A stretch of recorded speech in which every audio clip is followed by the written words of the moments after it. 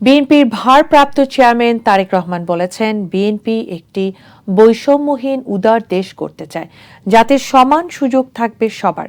বলেছেন, আগামীর বাংলাদেশের শারীরিক সীমাবদ্ধতার কারণে পিছিয়ে থাকবে না কেউ।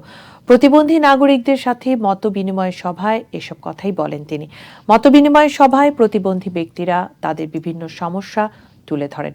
জীবনমান উন্নয়নে নানা দাবিও জানান তারা। লন্ডন থেকে ভার্চুয়ালি যুক্ত হয়ে বিএনপির ভারপ্রাপ্ত চেয়ারম্যান তারেক রহমান বলেন, প্রতিবন্ধীরা বোঝা নয়, তারা পরিবার ও সমাজেরই অংশ।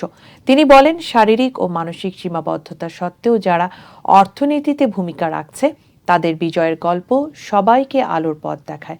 প্রতিশ্রুতি দেন, আগামীর বাংলাদেশ হবে সবার, থাকবে না কোনো বৈষম্য।